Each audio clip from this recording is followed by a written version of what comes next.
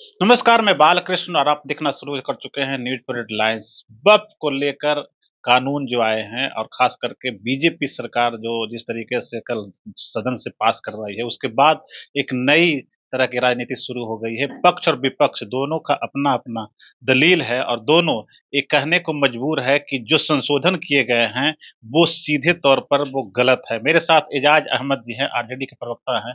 क्या कुछ खामियाँ हैं जिसका आप विरोध करते हैं? देखिए, वक़्फ़ संशोधन विधेयक पास नहीं हुए हैं, जॉइंट पार्लियामेंट्री कमिटी में चले गए हैं, क्योंकि विपक्षी दलों ने जो एतराज़ किए थे कि ये जो कदम उठाया जा रहा है, ये संविधान विरोधी है।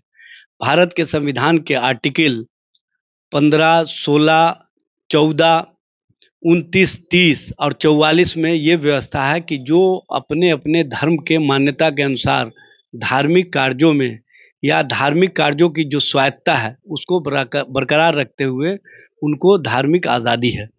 लेकिन भारतीय जनता पार्टी किस तरह की राजनीति कर रही है, स्पष्ट रूप से दिख रहा है, ये बताने की आवश्यकता नहीं है। भारत के संविधान की जो व्यवस्था है, उसके खिलाफ जाकर के इन्होंने इस कानून का संशोधन के नाम पर नया चीज़ लाने का काम किया है।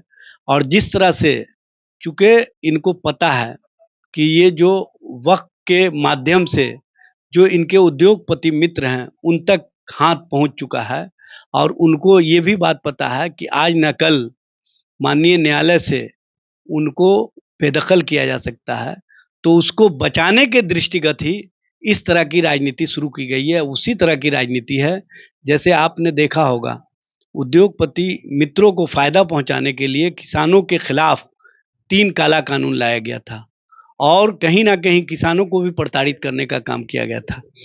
आज जिस तरह से भ्रम फैलाया जा रहा है, वक्फ बोर्ड संशोधन के नाम पर, सबसे पहले तो केंद्र और राज्य सरकार दोनों को ये बताना चाहिए कि वक्फ बोर्ड का गठन कौन करता है। वक्फ बोर्ड में प्रतिनिधि किसके द्वारा नामित किए जाते हैं, राज्य सरकार के द्वारा या केंद्र सरकार के द्वारा।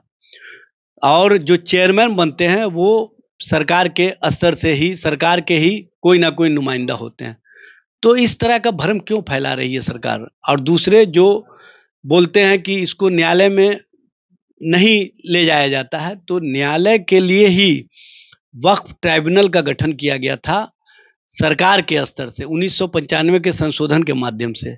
और उसमें वक्फ के सारे मामले कहीं ना कहीं सुने जाते हैं और जब उसमें मामले जाते हैं तो उसमें जिस तरह से बहस सिविल मामले पर होती है, उसी तरह से बहस होते हैं।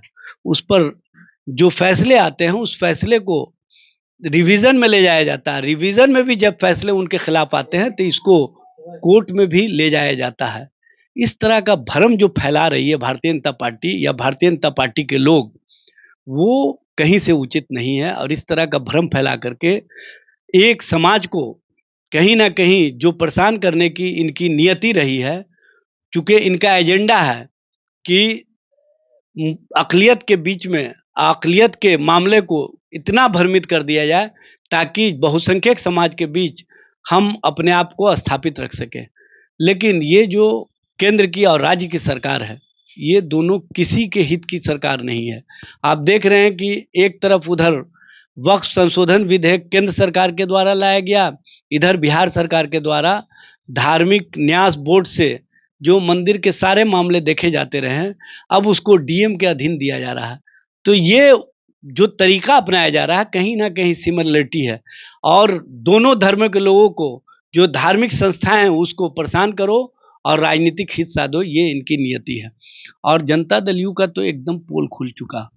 जो जनता दल यू के नेता कहते थे कि नीतीश के रहते हुए अल्पसंख्यक समाज अपने हितों के संबंध में एकदम इत्मीनान रहें, उनके साथ कहीं कुछ नहीं होगा।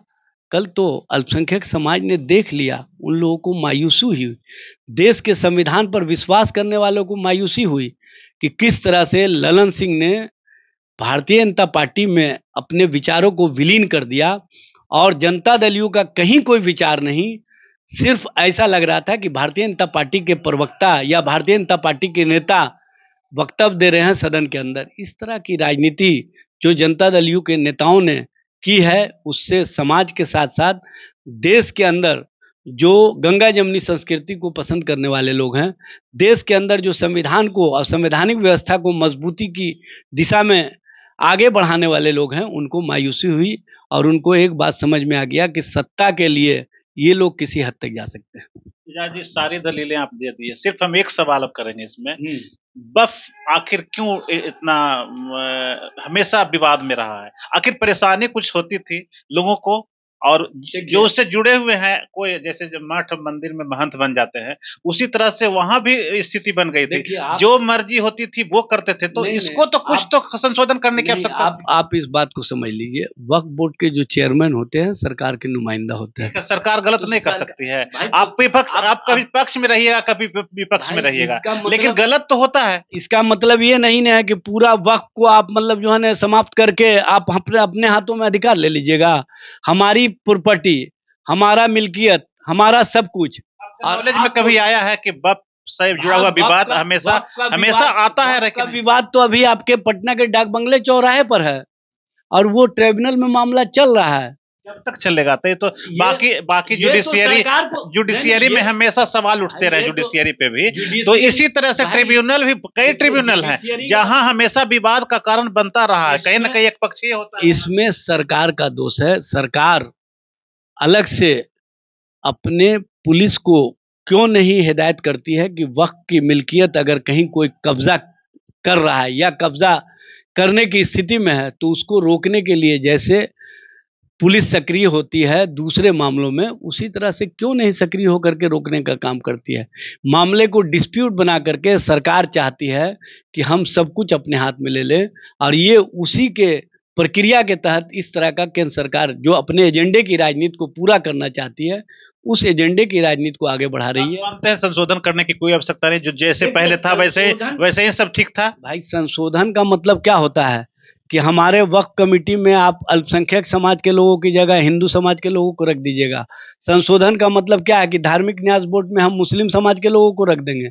ये तो कहीं से न्यायोचित नहीं है। और सबसे बड़ी बात यह है कि आप जिस तरह से उसमें जो क्लॉज पहले से रहा है कि जिसकी मिल्कियत है वही उस मिल्कियत का अधिकारी रहेगा, लेकिन सरकार चाहती है कि उस मिल्कियत के अधिकारी हम बन जाएं, ताकि हम जिसको जैसे चाहें वैसे उस जमीन को अधिग्रहित करके उनको दे दें।